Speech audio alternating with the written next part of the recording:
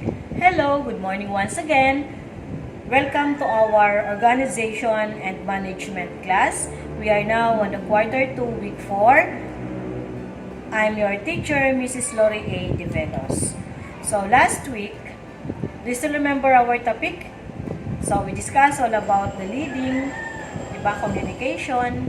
So you will notice that on that lesson, we did not mention the word boss. Simply because in a particular company, even though you are the CEO or the owner, either that is a big or small company, no, don't treat yourself as a boss. You are a leader. Iba kasi yun pag sinabing boss sa leader. For this week, we're about to discuss the different controlling methods and techniques. So at the end of this module, you will be able to define and discuss the nature of controlling, distinguish and control method system, and apply the concept and nature of different control methods and techniques in accounting and marketing. Let's proceed. What is controlling? Control is a management task that helps identify errors and find solutions to improve, if not totally eradicate the situation. So, yun, di ba? Sa isang kumpanya, hindi mawawala ang error or pagkakamali. And once you find an error, you have to correct that right there and then. And that is what we mean when we say controlling. Para mabago, di ba? Hindi man totally matanggal, mabago. According to Koontz, defines controlling as the measurement and correction of performance in order to make sure that enterprise objectives and the plans devised to attain them is accomplished. So yun, ang pinaka-purpose ng controlling. Sa isang kumpanya, we have this what we call vision and mission. So kung sa tingin mo ay nalilihis ng landas ang ginagawa ng mga tao, you have to control them.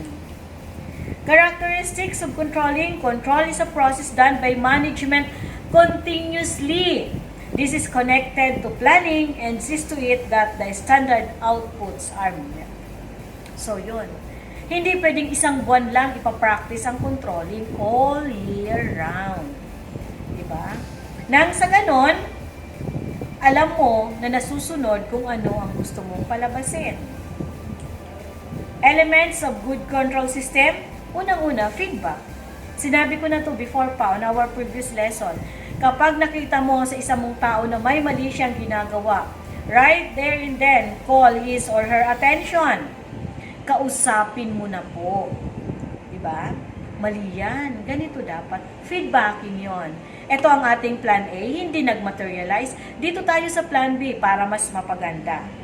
Next, control must be objective. May dahilan ka kung bakit mo sila kinokontrol or pinagsasabihan. Prompt reporting of deviations. Control should be forward-looking. May reason kung bakit mo ginagawa yon. Ginagawa ko to para mas mapaayos pa ang operation ng ating company. As simple as that.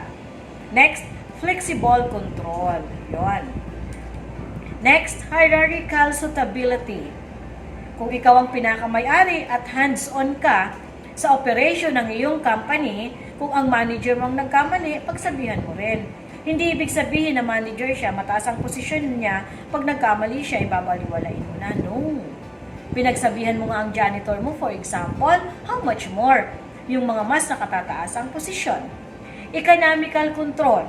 So kapag may nasasayang na mga materials, for example, di ba? Para maiwasan yon, call their attention. Control must be simple to understand. Yon, di ba? Use language na madali nilang maintindihan. Control should focus on workers, especially yung mga nasa pinakaibaba. Importance of control, quality assurance. Yon. Alam mo na may kalidad ang gawa mo. For example, you are into a construction business. Yun ang negosyo mo. Contractor ka. Diba? Magtatayo ka ng isang building. So, iba-iba ang tao mo doon. May laborers, diba? May foreman, may engineer. Kung ikaw ang pinakamay-ari, you are also an engineer. So, may nagkamali sa tao mo, mason man yan or labor, pagsasabihan mo na siya. Nang sa ganun, alam mo na di kalidad ang gawa nila. Less wastage. Lower operating costs. So, yon. Assist decision making, production planning, production control. So, those are the importance of controlling. Next, there are many different techniques of managerial control. This can be classified into two broad categories. Una, yung traditional, pangalawa ay modern. So, from the name itself, once we say traditional are those which are already been doing by the company for a long time now. So, ano yon? Personal observation. Yan, nag-o-observe ka sa kanila, nalalaman mo na may mali sila. Statistical data and break-even analysis. So, yon. Once we say break-even point, fixed cost over selling price per unit minus variable costs per unit. So, break-even point, the amount of sales at which there is no profit nor loss is known as the break-even point. Are expenses that have to be paid by the company independent of any specific business activities. So, yun yung fixed costs. And then the variable costs are expenses that changes when production output increases or decreases. So those are what we mean by this break-even analysis. Let's proceed. Then we have this what we call budgetary control. It's defined as a technique of managerial control that requires every department to prepare and plan in advance by way of making a budget. So you have the sales budget, production budget, material budget, cash budget, capital budget, research and development budget. So all of these kinds of budgets are needed, no? For what? For producing a particular output. Halimbawa, sige. Ano ba ang gusto mong negosyo? You are in a manufacturing business. So, anong ima-manufacture mo? Sige, sabihin natin papel. Papel, notebook, lahat ng klase ng papel. So, sales budget. How are you going to advertise your product?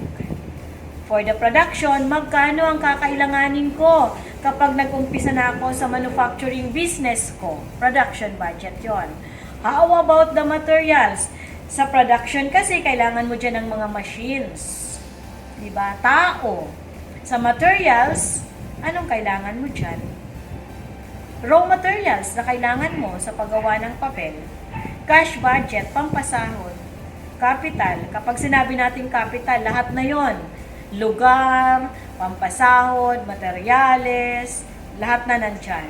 Research and development budget. Ma'am, bakit po kailangan ng research and development budget? Simply because magre-research ka, ano ba ang in? Kapag ako ay into a manufacturing business at papel yon, paano ako magiging in, paano magiging unique ang product ko sa mga product na nasa market na in which the main ingredient is paper. Yon. Modern techniques of managerial control. Modern techniques of managerial control are those techniques which are just recently used, and this provide a new way of dealing with the control system on the various aspects of the organization. So, ano yon? Return on investment, ratio analysis. Under the ratio analysis, we have the liquidity, the solvency, the profitability, the turnover. So, we have the responsibility accounting, Then, we have the management audit. So, kapag sinabi natin responsibility accounting, you have the cost center, the revenue, the profit, the investment. Bakit? Kasi kapag ikaw ay nasa business, bakit ka nagnegosyo? Para ako kumita. So, magkano ang ginastos ko? Di ba? Magkano ang tinubo ko? Since may tinubo ako, pwede kong i-invest yun into a particular or into a new business venture. Yun nga lang, kapag ikaw ay nasa business, kailangan mo itong gawing legal. That's why we have this what we call the revenue. Kailangan mong magbayad ng buwis or ng tax. Kailangan mong i-register sa Department of Trade and Industry. Nang sa ganun may mag-question man sa product mo, meron kang ipapakitang katibayan na ay hindi fake ang negosyo ko. Next, we have the PERT and CPM. PERT is the Program Evaluation and Review Technique, while the CPM is the Critical Path Method.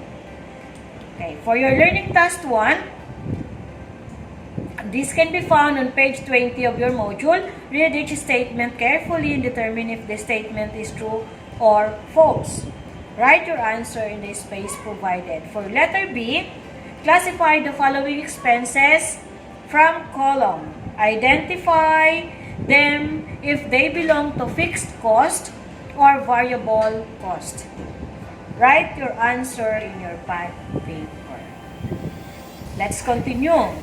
The different functional areas of management. Ayon. Sa isang kumpanya, merong iba't ibang klase ng function or management. Next, the specialized functional areas of management are human resource management, marketing management, operations management, financial management, material and procurement management, office management, and information and communication technology management, in which each area have their own work. Iba-iba po ang trabaho nila. Okay. A career anchor is one's self-concept and consists of one's perceptions of one's talents and abilities, one's basic values, and one's perceptions of motives and needs as they pertain to career. Yon. Autonomy of independence, security and stability, technical, functional competence, general managerial competence, entrepreneurial activity, service or dedication to a cause, for challenge, pure challenge, and lifestyle. So, lahat ito ay napapaloob sa career anchors. So, once we say career anchor, we are referring to a person na dapat ikaw ay may talents and abilities doon sa trabaho na pinag-applyan. Okay, let's discuss those different areas of management. Una, human resource management. This is a department to hire skilled employees needed in the different departments of the organization. So, yun ang kanilang task. Mag-hire ng tao. HR, kumbaga, di ba? Next, marketing. Ang marketing naman ang responsable sa sales, sa advertisements, and promotions of new products. Dahil sa kanila, kaya nagiging aware ang mga tao na ay may ganitong bagong product sa market. Next, operation management, responsible for crafting a blueprint and regulating production output. So, sila naman ang mag-sketch, mag-drawing. Di ba, halimbawa, you are into a perfume business. So, sila yung anong klase, anong itsura ng bote, ng label, something like that. Financial management, from the name itself, sila ang may kinalaman sa pera. The finance department is responsible in managing the money matters of the company. Lahat po yun. As long as may kinalaman sa pera ng kumpanya. Umpisa sa capital, sa pasahod, sa expenses, sa production, lahat. This is very important to ensure the smooth flow of operation. So sa kanila, sa mga financial managers na kasalalay, ang flow ng operation. Diba? Hindi pwedeng tumigil. Ay, wala tayong pampasahod, tigil muna. No! Bakit? Kasi lahat ay maaapektuhan. Okay, the financial manager handles the different tasks of the finance department, and one of these tasks is the following scope of responsibility. Investment decision. Kung may pera ng kumpanya, mag-i-invest, di ba? I-decide nila yon, silang mag-decide. Next, financial decision. Assist management decision. So those are the mere functions of finance manager. Then we have this what we call classification of finance managers. We have the credit, the cash, and the finance. So from the name itself, ang isang kumpanya kasi hindi maiiwasan na mangutang or mag-loan sa bangko, for example. So sila ang in charge doon. Yung cash, edi yung perang hawak nila, and then kung saan ito mapupunta. Materials and management and procurement management. So ito naman ang area kung saan sila ang bahalang mag-purchase ng mga materials na kakailanganin sa production. Then we have the office management. As a function is that branch of the art and science of management which is concerned with efficient performance of office work whenever and wherever that work is to be done, according to William F. Leffingwell and Edwin M. So, yon. Office management yon. So, ano yon? Sila ang responsable sa operation ng office. Next, importance of office management.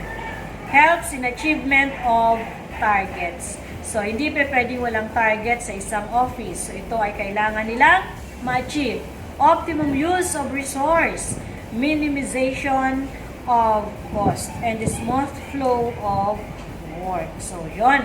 Hanggat makakatipid, gagawa ng paraan na makatipid. Sisiguraduhin na smooth ang flow ng trabaho. Walang problemang mai-encounter as much as possible. Then, provides leadership. Next, managing change. Social benefits and formation. So, kailangan nila ito. And then, the technology management. We have this what we call sales and marketing information system, finance and accounting information system, and then the human resource system. Dapat ay kasama yan sa technology management. Aware ang mga tao sa sales ninyo or paano kayo magmamarket. How about the finance and the accounting, and of course the human resource. For your learning task 2, below is the list of the different job opportunities for ABM and computer courses. As an ABM student, select all the jobs you are interested in and rank them according to your priority. It can be found in your module, page 20. Then, say something kung bakit yun ang rank 1, rank 2, rank 3, so on and so forth para sa'yo. So, that's all for our quarter 2 week 4. We are now done with our first semester, my dear ABM students. So, for those students who were able to complete all the needed outputs, not only for my subjects, but for the rest of your subjects, congratulations! But for those students who had an incomplete output, try your best to comply all the needed output for you to pass for our first semester subjects.